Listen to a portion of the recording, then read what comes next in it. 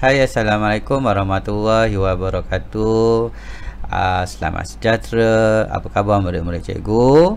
Okey, bertemu lagi bersama cikgu dalam sesi PDPR KSSM Sains tingkatan 4. Okey, jom kita tengok apa yang kita akan belajar pada hari ini. Kita masih lagi berada dalam tema 4, iaitu tenaga dan kelestarian hidup dalam bidang pembelajaran 11.0 daya dan gerakan, yang mana kita tahu dalam daya dan gerakan kita ada 4 standard kandungan, dan untuk hari ini kita akan fokuskan kepada standard kandungan 11.4, iaitu jisim dan inersia. Kalau awak perasan, jisim dan inersia ini adalah standard kandungan yang terakhir dalam bidang pembelajaran 11.0 ni. Okay, jadi maksudnya minggu depan kita akan masuk lepas cuti nanti kita akan masuk bidang pembelajaran yang terakhir, iaitu bidang pembelajaran bidang pembelajaran 12.0. Okey kelas, dalam jisim dan inersia kita ada 4 standard pembelajaran yang kita akan fokuskan. Okey, jadi kita tengok standard pembelajaran yang pertama, iaitu 11.4.1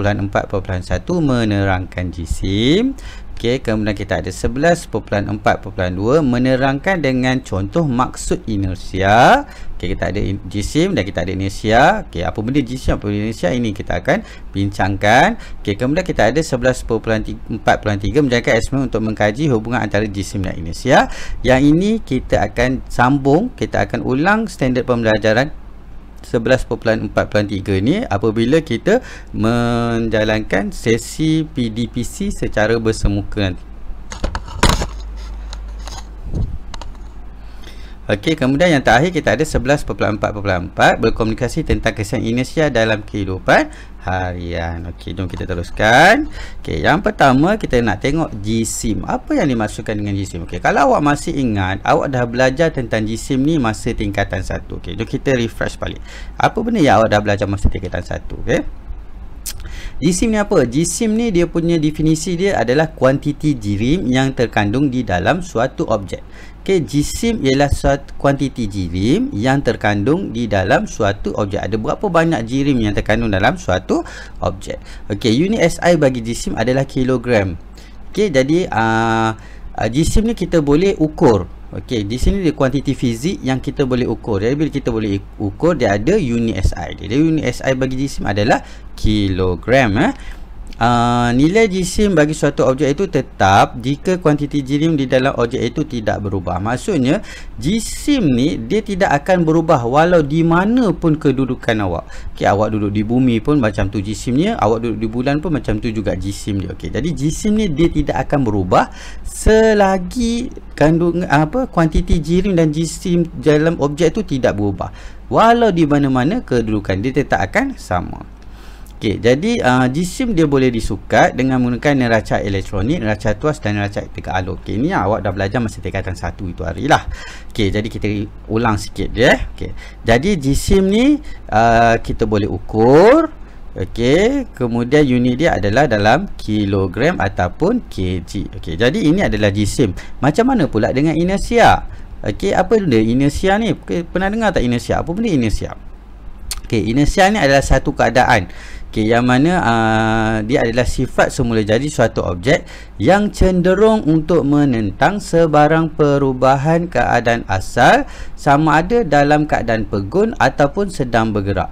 Okey, apa benda ni? Tak faham ah. Okey, dia adalah sifat untuk suatu objek itu mengekalkan keadaan asal dia. Okey, kalau dia dalam keadaan yang pegun ni apa? Pegun ni dia tidak bergerak ataupun keadaan rehat ataupun keadaan statik. Okey, kalau dia duduk dalam keadaan pegun, dia akan cuba untuk mengekalkan keadaan pegun dia walaupun ada daya luar yang dikenakan ke atas dia. Okey, ataupun suatu objek yang sedang bergerak, dia akan cuba untuk bergerak walaupun ada satu daya yang menghentikan pergerakan dia. Okey, jadi kalau tak faham, kita akan tengok contoh sekejap lagi macam mana contoh dia. Okey, inersia bukanlah kuantiti fizik. Okey, jadi bila dia bukan kuantiti fizik, kita tak boleh nak ukur dia. Kita tak boleh nak ukur, kita tak boleh nak kira. Okey, dia tidak nilai. Okey, tak akan ada soalan berapakah inersia, tiada. Okey, tidak akan ada soalan tanya tentang nilai sebab dia inersia ni dia tidak boleh diukur. Dia bukan kuantiti fizik.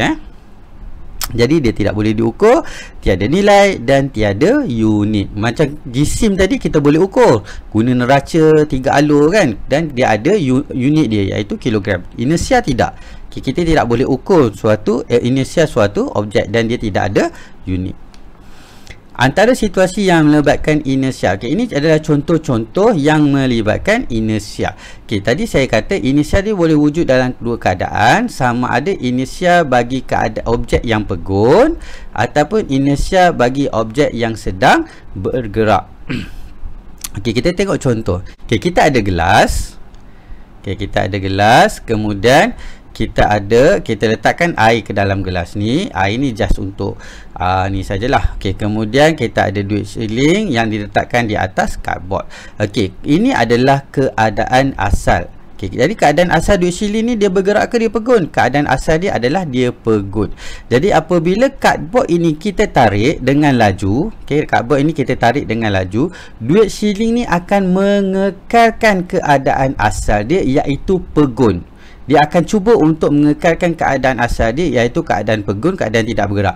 Menyebabkan duit shilling ni akan terjatuh ke dalam air. Kenapa dia terjatuh ke dalam air? Kenapa dia tak terapung? Sebab ada tarikan graviti. Jadi duit shilling ni dia akan mengekalkan keadaan inersia dia adalah dia akan cuba mengekalkan keadaan pegun dia dan tidak dapat ditarik oleh cardboard. Apabila cardboard disentak dengan laju, duit shilling akan terjatuh ke dalam gelas. Inersia duit shilling itu mengekalkan keadaan asal duit shilling iaitu keadaan pegun. Inersia dia akan cuba mengekalkan keadaan asal dia. Apa keadaan asal dia? Keadaan yang pegun. Jadi duit shilling itu tidak akan bergerak bersama cardboard sebab jatuh ke dalam gelas akibat tarikan daya graviti. Jadi itu adalah inersia. Sifat untuk mengekalkan keadaan asal. Apa keadaan asal dia? Keadaan asal dia adalah pegun. Ini ada contoh yang pertama. Kita tengok contoh yang kedua. Objek yang sedang bergerak. Kita tengok kat sini. Mamat ni dia naik bas. Dia naik bas. Tiba-tiba bas ni yang sedang bergerak. Bila bas ini sedang bergerak, Mamat dekat dalam ni pun akan bergerak bersama-sama dengan bas. Mamat ni akan bergerak bersama-sama dengan bas. Keadaan asal dia adalah bergerak. Bas bergerak, Mamat duduk dalam bas, Mamat tu bergerak bersama bas. Jadi apabila bas ni berhenti secara tiba-tiba, Mamat yang sedang bergerak tadi akan cuba mengekalkan keadaan asal dia. Keadaan asal dia apa dia? Bergerak. Jadi dia akan terus bergerak menyebabkan Mamat dia akan tersentak ke depan. Dia akan terhumban ke hadapan. Jadi bila dia terhumban ke hadapan, sebab apa dia terhumban ke hadapan? Sebab dia sedang bergerak. Dan dia akan mengekalkan keadaan pergerakan dia. Apa yang menyebabkan Mamat ni dia terberhenti? Sebabnya ada daya geseran antara kasut dengan lantai dan juga sebab dia pegang. Kalau tidak, dia akan terus terhumban ke hadapan. Itu inersia. Apabila kereta api bergerak, penumpang di dalam kereta api itu juga akan bergerak bersama-sama. Ini kereta api bas sama je lah. Yang penting dia akan bergerak bersama-sama kenderaan dia. Apabila kereta api itu berhenti secara tiba-tiba, badan penumpang akan kekal bergerak ke hadapan sebab dia dah bergerak tadi. Jadi bila kereta api ataupun bas tadi berhenti secara tiba-tiba, badan dia akan terus bergerak ke hadapan sebab inersia ataupun sifat dia akan mengekalkan keadaan asal dia. Apa keadaan asal dia? Keadaan asal dia bergerak. Jadi dia akan terus bergerak. Menyebabkan penumpang ini akan terhumban ke hadapan. Inersia penumpang itu akan mengekalkan keadaan asal penumpang iaitu keadaan bergerak, maka penumpang itu akan meneruskan gerakannya ke hadapan. Sebab itulah dia akan terhumban ke hadapan. Sama juga bila dia duduk. Jadi bila dia duduk, tiba-tiba bas atau kereta api itu bergerak dengan tiba-tiba. Apa yang berlaku? Badan dia akan terkebelakang. Sebab apa? Sebab dia bila dia duduk dalam keadaan pegun. Jadi bila kereta tu tiba-tiba bergerak, dia akan mengekalkan keadaan pegun menyebabkan badan dia terhumban ke belakang. Inersia ni dia sejajar dengan gerakan Newton pertama, hukum gerakan Newton pertama yang diperkenalkan oleh Sir Isaac Newton. Ingat tadi Sir Isaac Newton yang duduk dekat bawah pokok apple tu, yang buah apple jatuh ke bawah. Okey, ini Sir Isaac Newton. Dia juga yang menerangkan tentang hukum gerakan Newton pertama. Apa yang hukum gerakan Newton pertama ni cakap? Okey, hukum gerakan Newton pertama menyatakan bahawa suatu objek akan kekal dalam keadaan asalnya sama ada pegun atau sedang bergerak dengan laju malar dalam garis lurus jika tiada luar yang bertindak terhadapnya. Okey, dia akan cuba mengekalkan keadaan asal dia okey, sama ada pegun ataupun bergerak. Okey, jika tiada daya luar yang bertindak terhadapnya. Okey, ini Sir Isaac Newton cakap tadi lah. Okey, sama juga yang tadi tu lah. Dia akan sifat dia untuk cuba mengekalkan keadaan asal dia. Okey, seterusnya kita tengok hubungan antara jisim dan inersia. Okey, jadi kita dah tahu jisim, kita dah tahu inersia. Okey, jadi apa hubungan antara jisim dan inersia ni? Okey, apa kaitan dia? Okey, inersia suatu objek dipengaruhi oleh jisim objek tersebut. Okey, inersia dipengaruhi oleh jisim objek tersebut. Jadi hubungan dia macam mana? Semakin besar jisim suatu objek, semakin besar inersia objek tersebut. Okey, jadi lagi besar jisim, lagi besar inersia. Okey, jadi hubungan antara jisim dan inersia ni kalau mudah sekali, okey, yang awak alami adalah contoh hubungan antara jisim dan inersia ni adalah bila awak pergi membeli belah di pasar raya. Okey, bila awak pergi beli belah kat pasar raya, awak ambil troli. Okey, mula-mula awak nak shopping tu, troli kosong. Okey, bila troli kosong, kita katakan jisim dia kecil. Okey, yang ini troli kosong ini, yang ini jisim dia kecil ya. Okey, manakala bila dah nak habis nak bayar, dia akan jadi jisim dia akan bertambah. Okey, jadi yang ini jisim yang besar. Okey, jadi apa beza dia? Okey, jadi jisim troli yang kosong adalah lebih kecil, maka inersia dia juga kecil. Okey, jadi sebab tadi hubungan kita dah tulis semakin besar jisim semakin besar inersia. Jadi bila jisim kecil, inersia juga kecil. Jadi apa yang bukti inersia dia kecil?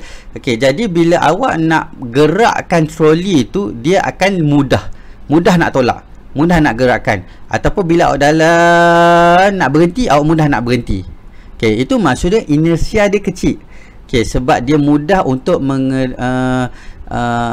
apa kita kata? Dia mudah untuk bergerak dan dia mudah untuk berhenti. Manakala bila troli awak dah penuh, jisim troli tu akan jadi lebih besar. Bila jisim dia lebih besar, apa yang berlaku? Inersia dia juga besar. Okey, jadi bila inersia dia besar, apa kesan dia? Okey, jadi bila inersia besar, awak nak tolak troli tu dia lebih susah.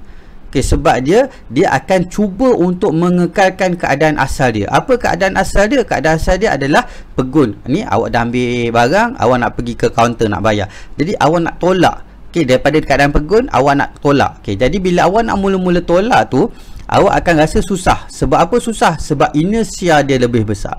Okey, jadi bila inersia lebih besar, sifat dia untuk mengekalkan keadaan asal dia lebih besar. Okey, jadi apa keadaan asal dia? Keadaan asal dia pegun. Jadi dia akan cuba untuk memegunkan diri dia. Sebab itulah bila awak nak tolak, dia akan jadi lebih susah berbanding dengan jisim yang kosong tadi. Jisim yang kecil tadi. Troli yang kosong, jisim yang kecil tadi. Okey, boleh faham yang itu? Okey, jadi bila awak dah tolak sampai je kat troli, awak nak stop. Nak stop pun jadi susah nak stop kan. Awak dah stop, tiba-tiba troli tu masih lagi dia cuba untuk bergerak terus ke depan kan. Awak akan kena tarik, kena brake kan. Okey, sebab apa? Sebab inersia dia besar. Dia cuba untuk mengekalkan keadaan asal dia. Apa keadaan asal dia? Dia sedang bergerak. Tiba-tiba awak nak berhenti. Awak dah tahan dah. Tiba-tiba dia tetap juga menarik awak punya tangan kan. Sebabnya dia sukar untuk diberhentikan, dia sukar untuk digerakkan, dan dia sukar untuk diberhentikan. Okey, sebab apa? Sebab inersia dia lebih besar. Okey, Seterusnya, hubungan antara jisim dan inersia dapat dikaji menggunakan neraca inersia. Okay, kita boleh kaji hubungan antara jisim dan inersia yang saya kata tadi, yang mana semakin besar jisim, semakin besar inersia. Kita boleh buktikan dengan menggunakan eksperimen apa? Kita boleh gunakan neraca inersia. Neraca inersia ni apa benda? Neraca inersia ni adalah suatu alat yang dicipta oleh NASA untuk mengkaji hubungan antara jisim dan juga inersia. Okey, jadi dia akan jalankan di stesen angkasa lepas. Okey, kenapa dia jalankan kat stesen angkasa lepas? Kat sana tak ada graviti. Jadi eksperimen tu dia lebih valid. Okey, macam mana bentuk neraca inersia? Okey, ini bentuk neraca inersia. Okey, dia ada satu alat. Okey, yang mana kita G-kan alat ni pada meja. Kemudian dia ada slot lubang-lubang kat sini ya. Ini lubang sebenarnya ni. Okey, jadi dia nak kaji hubungan antara jisim dan inersia. Okey, jadi bila jisim kecil dia letak satu sahaja silinder logam, lagi dua akan kosong. Okey, jadi dia akan goyangkan neraca inersia ni. Neraca inersia ni dia akan tarik ke tepi, kemudian dia lepas. Jadi neraca inersia tu dia akan bergerak ke kanan dan ke kiri. Okey, dia akan bergerak. Jadi dia akan kira ayunan neraca inersia ni. Okey, jadi dikira lah kalau jisimnya kecil berapa banyak ayunan dia, kalau jisim dia besar berapa banyak ayunan dia. Okey, yang mana kita tak ada alat ni dekat makmal kita. Okey, jadi kita tak boleh nak buat eksperimen dengan menggunakan neraca inersia. Jadi boleh tak nak buat eksperimen tentang inersia ni? Boleh. Kita gunakan alat lain. Okey, kita menggunakan benda yang lebih mudah yang kita boleh dapatkan. Apa dia? Okey, jadi nanti kita akan jalankan eksperimen 11/3 yang nak boleh tengok dalam buku teks. Yang mana 11/3 ni kita akan mengkaji hubungan antara jisim dan inersia. Okey, jadi sebabkan kita tak ada neraca inersia, kita akan menggunakan bilah gergaji besi yang kita apitkan dekat kaki meja. Kemudian kita akan guna plastisin sebagai pemberat. Nanti plastisin ni kita akan ubahlah dia punya jisim. Kita boleh pakai 10 gram, 20 gram, 30 gram untuk membezakan dia punya jisim. Okay, yang ni kita akan buat masa dalam PDPC semuka nanti ya. Okey, seterusnya kita nak tengok kesan inersia dalam kehidupan harian. Apa kesan dia? Apa kesan inersia dalam kehidupan harian? Okey, jadi kita dah tahu yang mana inersia ni dipengaruhi oleh jisim suatu objek. Okey, saya ulang balik semula. Semakin besar jisim objek, semakin besar inersia objek tersebut. Okey, jadi inersia ni dia boleh mendatangkan sama ada kesan baik ataupun kesan buruk. Dia ada kesan positif dia dan dia ada kesan negatif dia. Dia ada kebaikan dia dan dia ada keburukan dia. Apa kebaikan dia? Okey, kebaikan dia. Yang pertama, kesan positif inersia. Okey, nampak tak apa benda ni? Ini adalah tukul.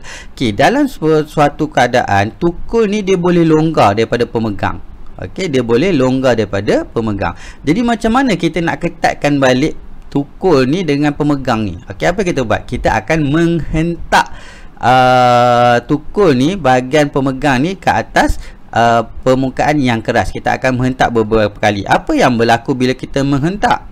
Okey, kepala tukul yang longgar boleh diketatkan dengan menghentakkan bahagian pemegang tukul pada permukaan keras. Bila kita hentak tu, apa yang berlaku? Hentakan yang laju menyebabkan kepala tukul bergerak ke bawah disebabkan oleh inersia. Okey, jadi semasa kita menghentak tukul tu, bila kita menghentak tukul tu, okey, apa yang berlaku? Kepala tukul ni dia akan bergerak ke bawah bersama-sama dengan pemegang. Okey, jadi bila kita dah sampai kepada permukaan yang keras, apa yang berlaku? Pemegang ini dah berhenti, tetapi kepala penukul ni akan terus cuba untuk mengekalkan inersia dia, iaitu dia akan cuba untuk bergerak ke dalam lagi. Jadi bila dia bergerak ke dalam lagi, dia akan menyebabkan bahagian yang lebih besar masuk ke dalam kepalanya ni, dan akhirnya kepala tukul ni pun akan menjadi lebih ketat. Okey, kesan positif inersia yang kedua, okey, bila hujan turun. Okey, bila hujan turun, awak pakai payung. Kemudian awak nak masuk ke dalam kedai. Tuan kedai tu kata, payung tinggal luar, nanti basah kedai. Tapi awak tak nak tinggal payung ni kat luar, sebabnya nanti kehilang lah, kena curi. Jadi apa yang perlu buat? Awak perlu singkirkan air daripada payung awak. Jadi macam mana awak nak buat? Awak akan pusingkan pemegang payung tu. Okey, jadi apa yang berlaku bila awak pusingkan pemegang payung tu? Payung yang basah dapat dikeringkan dengan memutarkan payung itu dengan laju.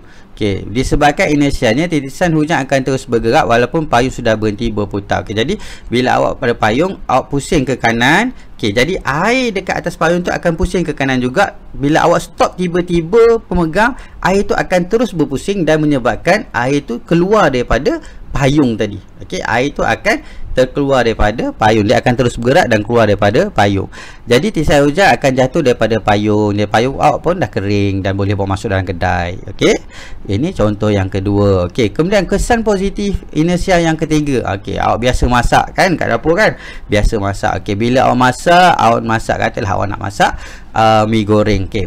Nak masukkan sos. Okey, biasa sos yang pekat ni contohnya macam sos tiram. Okey, awak nak masukkan tiba-tiba dia tak keluar. Sos dalam botol tu dia pekat, dia tak boleh nak keluar. Jadi macam mana awak nak buat? Apa yang awak buat? Awak akan menghentakkan ataupun menggoncangkan botol tu. Awak akan menggerakkan botol sos tu dengan laju ke bawah kan? Okey, jadi bila sos dalam botol kaca boleh mengalir keluar dengan menggerakkan botol ke bawah dengan cepat dan menghentikan secara tiba-tiba. Awak ambil botol kemudian awak gerakkan ke bawah dengan cepat. Lepas tu awak berhenti. Okey, apa yang berlaku semasa awak gerakkan botol tu ke bawah, sos di dalam botol tu akan bergerak bersama-sama. Okey, tiba-tiba awak berhenti. Bila awak berhenti, sos dalam tu akan terus bergerak. Bila dia terus bergerak, dia akan keluar daripada botol. Apabila sos botol diberhentikan, inersia sos di dalam keadaan bergerak akan keluar dari bawah. Apa ni? Keluar dari bahagian muncung botol tu lah. Maksud dia akan keluar ke bawah masuk ke dalam kuali awak lah, sebab awak nak masak tadi kan. Okey, jadi ini adalah kesan inersia yang positif lah. Okey, seterusnya kesan inersia negatif. Okey, kesan inersia boleh menyebabkan kecederaan kepada pemandu kereta. Okey, jadi bila bawa kereta laju kan, tiba-tiba biar awak melintas tepi jalan, tengah jalan. Okey, biar awak melintas tengah jalan, awak pun brake kereta. Okay, jadi bila awak brake, tiba-tiba apa yang berlaku? Badan awak akan terhumban ke hadapan. Okay, jadi dia akan boleh menyebabkan kecederaan. Okay, mungkin kepala awak akan terhentak pada steering kereta. Mungkin kalau kemalangan yang lebih besar boleh menyebabkan awak terhumban ke hadapan sampai keluar daripada kereta. Okay, jadi kesan inersia yang negatif. Okay, jadi nak atasi masalah ni nak buat macam mana? Okey, jadi sebab itulah kereta ni dilengkapkan dengan beberapa peralatan keselamatan. Contohnya apa? Contohnya seat belt. Okey, sebab itulah kita ada undang-undang yang mewajibkan pemakaian seat belt. Okey, sebab apa? Supaya seat belt ni bila badan awak terhumban ke hadapan, seat belt tu dia dapat tampung badan awak daripada terhumban terus ke depan lah. Okey, kemudian kita juga ada beg udara. Okey, jadi bila berlaku kemalangan, okey, kemungkinan awak akan terhumban ke hadapan dan langgar steering tu keras. Apa yang berlaku? Okey, bila awak tengok dalam movie kan, langgar terhantuk ke depan ni boleh menyebabkan hilang ingatan. Jadi sebab itulah dia kereta sekarang ni dilengkapkan dengan beg udara. Jadi bila kemalangan berlaku, beg udara keluar, walaupun awak terhumban ke hadapan, bila awak menghentam beg udara tu akan melindungi kepala awak daripada mengalami kecederaan yang serius.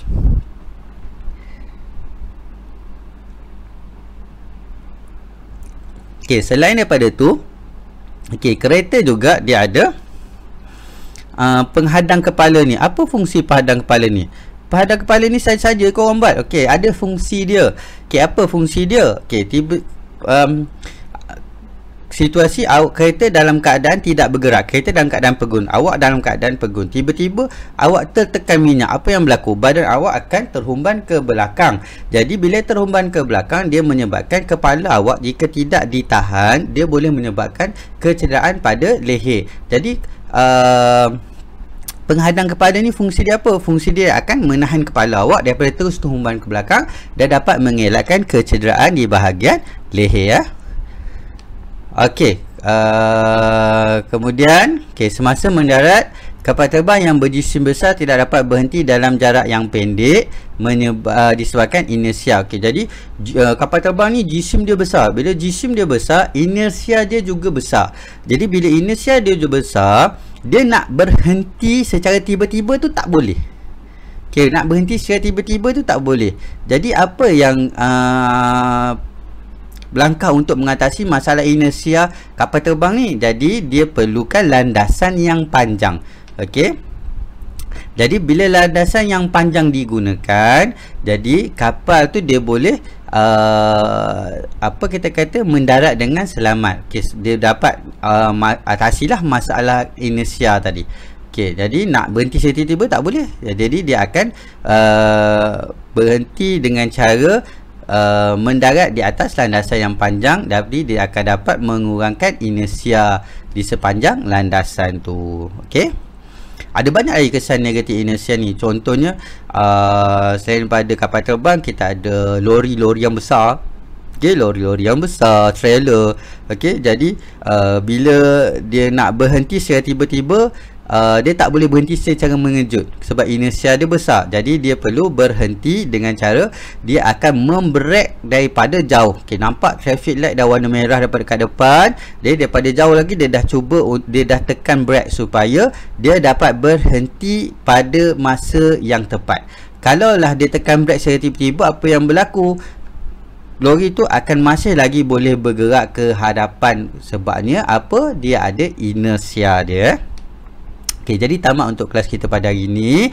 Jadi cikgu harap awak faham. Kalau awak tak faham, boleh tanya pada cikgu dalam grup Telegram. Kita akan bincangkan bersama-sama dalam grup. Sekiranya tidak ada apa-apa masalah macam biasa, tolong jawab praktis formatif yang cikgu akan bagi dalam grup Telegram, kemudian hantar sebagai awak punya PBD. Okey, jadi itu saja untuk kelas kita pada hari ini. Assalamualaikum warahmatullahi wabarakatuh dan selamat sejahtera. Bye.